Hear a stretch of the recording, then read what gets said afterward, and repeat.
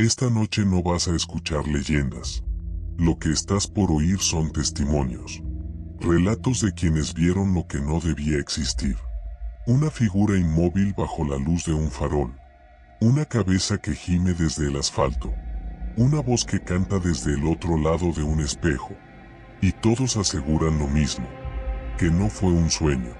Si decides seguir escuchando, hazlo con la luz apagada. Ponte los audífonos. Y no mires atrás.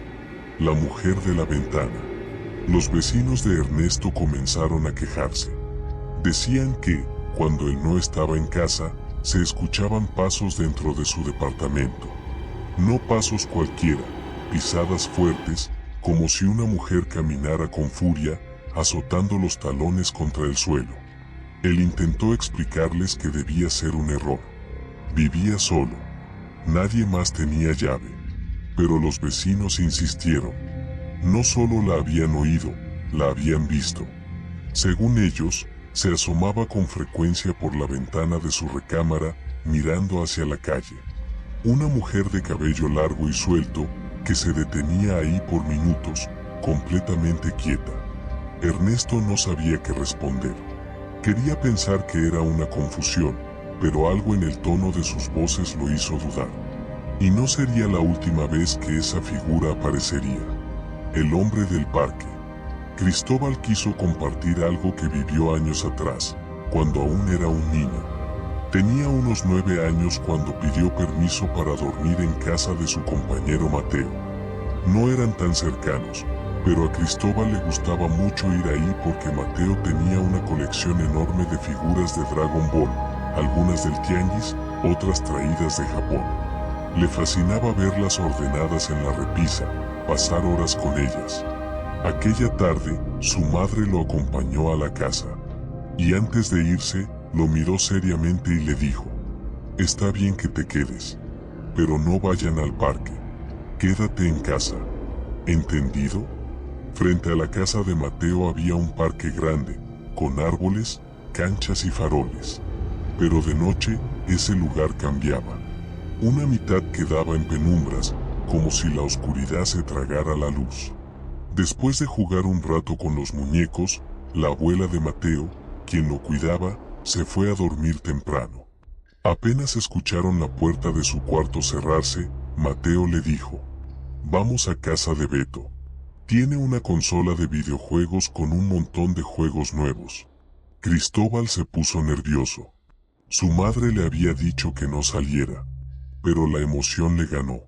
Salieron en silencio, cruzaron el patio y saltaron la barda que daba al parque. Corrieron por la zona más oscura para evitar ser vistos. Cuando llegaron a casa de Beto, el miedo desapareció. Pasaron horas jugando Dragon Ball y FIFA. Reían, se gritaban. Se les fue el tiempo. Hasta que Beto les advirtió: «Ya es tardísimo. Mi papá está por llegar. Si nos ve aquí me va a regañar».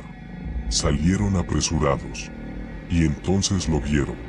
En medio del parque, justo en el tramo de camino iluminado, había una figura. Era altísima, extremadamente delgada. Vestía un traje negro, que hacía sus extremidades verse aún más largas. Tenía la cabeza alzada, como mirando algo en el cielo. Estaba inmóvil. Su rostro era blanco. No tenía facciones. Parecía cubierto con vendas. Las manos también estaban vendadas, huesudas, alargadas. Mateo, el valiente, se quedó congelado. «¿Qué carajos es eso?», murmuró. Cristóbal no podía respirar. Sentía que si corría, eso lo iba a seguir. Decidieron rodearlo. Encontraron un tramo donde la malla estaba rota. Mateo pasó primero, salió corriendo. Cristóbal fue detrás. Pero cuando iba a salir por debajo de la cerca, lo sintió. Una mano le sujetó el tobillo. No con fuerza, pero con claridad. Volteó de inmediato. Nada. No había nadie. Pero la sensación era real. Y el miedo también. Corrió hasta la casa. Ambos cerraron la puerta, se asomaron por la ventana. Cada sombra entre los árboles parecía ser él. Estuvieron a punto de despertar a la abuela, pero no lo hicieron. Durmieron mal, con miedo. Años después, Cristóbal vio por primera vez una imagen de Slenderman en internet. Y lo que más le impactó fue lo parecido que era a lo que ellos vieron. Pero su experiencia fue anterior a la existencia de esa leyenda digital. Por eso, hasta hoy, no cree que Slenderman sea solo una historia. Porque él lo vio. Y lo recuerda todo. La cabeza en el asfalto. A los 17 años, Julián consiguió su primer empleo formal como mesero en un restaurante local. No tenía experiencia, pero lo recomendaron porque su tío había trabajado allí muchos años atrás y aún lo recordaban con aprecio. Los primeros días fueron emocionantes. Aprender a llevar charolas sin derramar, moverse rápido entre las mesas, memorizar órdenes, aguantar jornadas de pie. Pero después, todo se volvió rutina. Una rutina cansada. A veces salía tan tarde que apenas si podía tomar su camión. Volvía a casa adolorido, con la ropa impregnada de grasa y el olor a comida pegado al cuerpo. Esa noche no parecía distinta. Cerraron el restaurante, apagaron las luces, y Julián se despidió. Solo que esta vez su compañero de siempre no estaba y le tocó salir solo.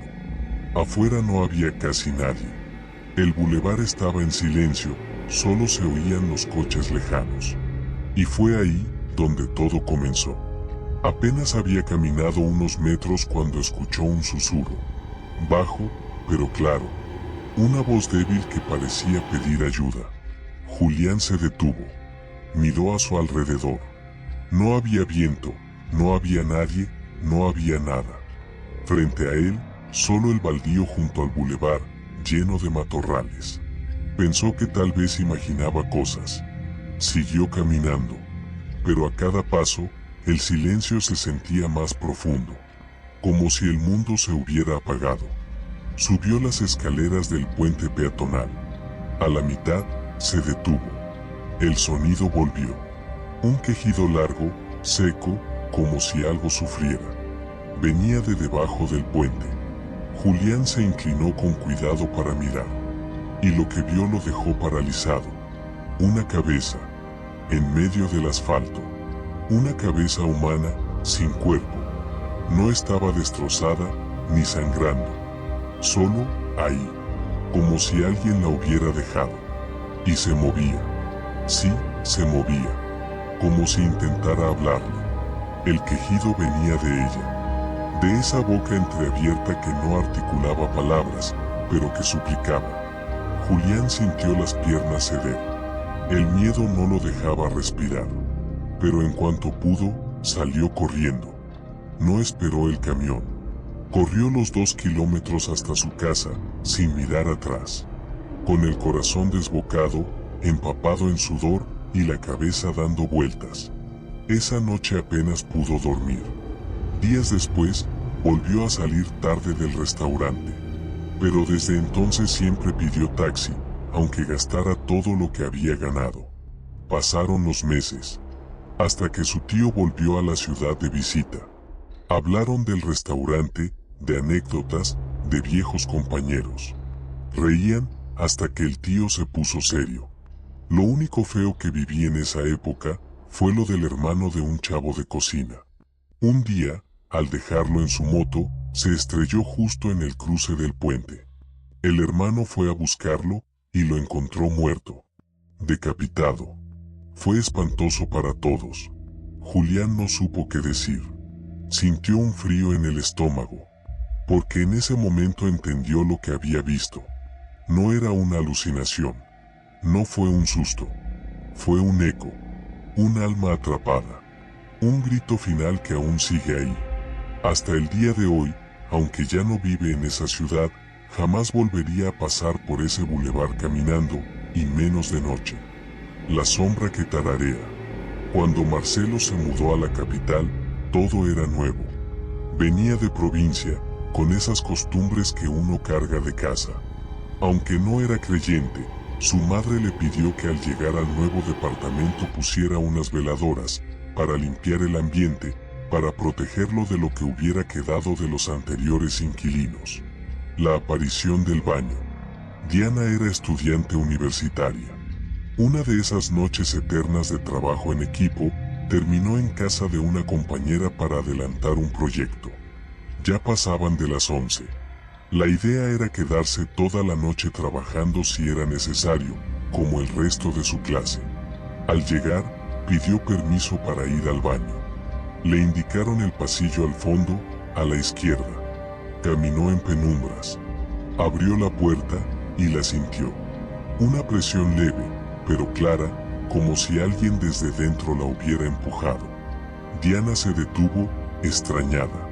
Antes de cerrar, alcanzó a ver algo en el espejo sobre el lavabo.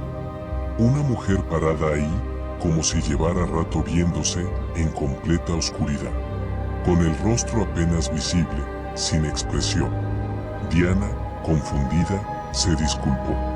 Perdón, no sabía que estaba ocupado. No obtuvo respuesta. Solo un suspiro largo, denso, que le heló la espalda. Desde la sala, su compañera preguntó qué pasaba. Diana regresó por el pasillo aún algo alterada. Ay, perdón, abrí el baño sin querer. Una señora estaba adentro. ¿Es tu mamá? La otra no respondió de inmediato. Solo preguntó. ¿Estás segura que viste a alguien? Diana afirmó. Describió a la mujer, su postura, el espejo. Y entonces, sin más, su compañera gritó. ¡Corre! ¡Sal de aquí! Ambas salieron corriendo hacia una casa cercana. Tocaron desesperadas. Una mujer mayor abrió. Era la casera. La compañera de Diana apenas pudo decir. Ya la vimos. Mi amiga también la vio. Nos empujó la puerta. La mujer las miró en silencio. No parecía sorprendida. Solo pidió permiso para ir a rezar. Ellas se fueron a casa de otro amigo para terminar el proyecto. Horas más tarde, ya tranquilas, su compañera le confesó lo que no se atrevía a decir. Desde que llegó a rentar ese lugar, le advirtieron que una presencia se manifestaba ahí. Una mujer violenta. Una entidad que, según decían, nunca quiso dejar esa casa, ni siquiera después de muerta. Después de ese día, Diana nunca volvió a ese lugar. Y su compañera jamás volvió a ofrecerlo para hacer tarea. A veces, al recordar ese momento, Diana cree oír de nuevo ese suspiro. Esa respiración pesada desde la oscuridad del baño. Marcelo aceptó por respeto. En un mueble frente a la cama había un espejo antiguo, con el marco gastado. Ahí colocó una bandeja de metal con agua, y sobre ella las veladoras. Las encendió esa noche. Le daba miedo que pudieran prender algo, pero su madre le había insistido. Déjalas toda la noche. Para que limpien. Para que se lleven lo que no debe estar ahí. La mañana siguiente regresó de trabajar agotado. Notó que las veladoras estaban casi consumidas. Eso no tenía sentido. La noche anterior apenas estaban a la mitad. Era como si algo las hubiera absorbido. Pensó en encender otras, pero prefirió bañarse. El baño estaba dentro de la recámara. Entró, cerró la puerta, abrió la regadera. El vapor comenzó a llenar el espacio. Y entonces, escuchó un tarareo. Suave, lento. Venía del cuarto. Del otro lado de la puerta. Marcelo se quedó inmóvil. No era música. No eran vecinos. Era una voz humana, tarareando con calma, como si alguien caminara por la habitación. Apagó la luz del baño. Y al hacerlo, el tarareo se detuvo. Se quedó en total silencio. Hasta que vio algo bajo la puerta. Sombras. Como si alguien pasara frente a ella. Y luego, dos pies detenidos justo frente al baño. La silueta estaba ahí. De pie. Quieto. El tarareo volvió. Ahora, más cerca. Marcelo no se atrevía a moverse. Pasaron minutos, o tal vez segundos. Y entonces, los pasos se alejaron. Cuando por fin reunió el valor, Abrió la puerta. No había nadie. Solo quedaban las veladoras, casi apagadas. Marcelo tomó el teléfono con manos temblorosas. Le escribió a un amigo. Luego, llamó a su madre. Le contó todo. Ella solo preguntó: ¿dónde pusiste las veladoras? Frente al espejo, respondió. Su madre guardó silencio. Y luego, alarmada, le dijo: nunca pongas veladoras frente a un espejo. Eso puede abrir algo, dejar pasar lo que no debe entrar. Durante varios días hicieron oraciones. Él desde su departamento, su madre desde casa. Pidieron paz, protección. Que lo que hubiera salido, regresara. Y durante semanas todo pareció tranquilo. Hasta que un vecino lo detuvo una tarde. Le dijo, serio, tenemos que hablar. Ya no aguantamos el ruido que haces. Corres por todo el cuarto todas las tardes. Es imposible no oírte.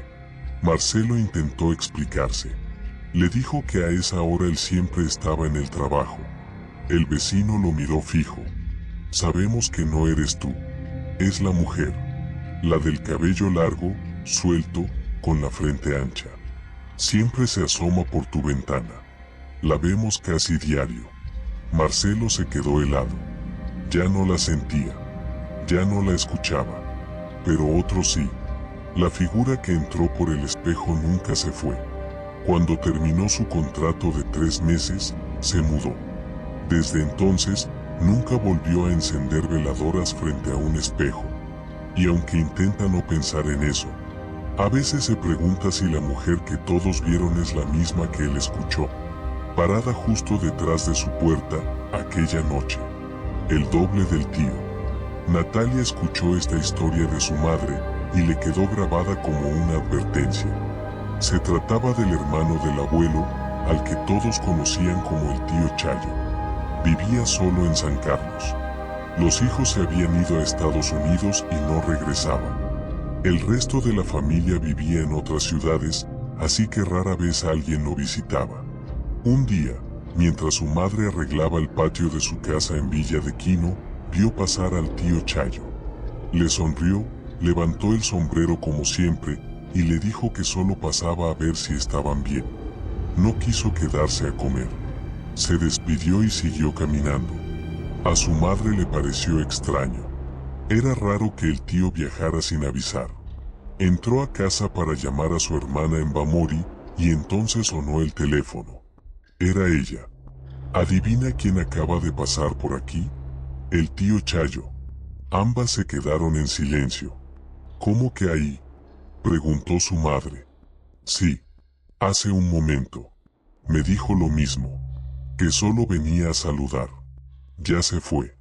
Las dos estaban seguras de haberlo visto en persona. Al mismo tiempo.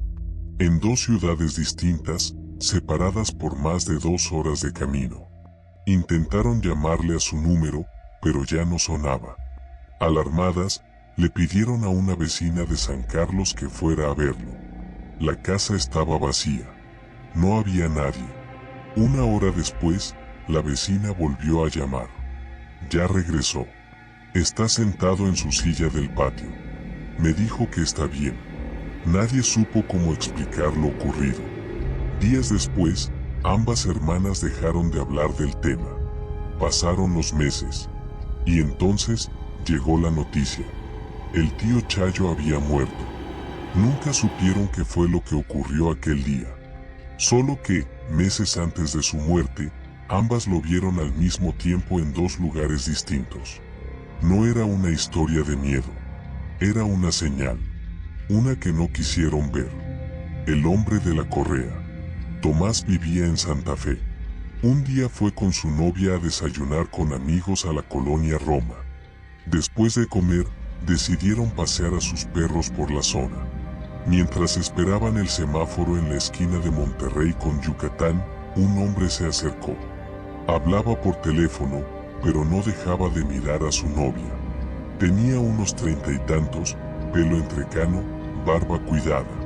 Cuando ella lo notó, sonrió con incomodidad. Él la saludó con sinceridad. Hace mucho que no te veía.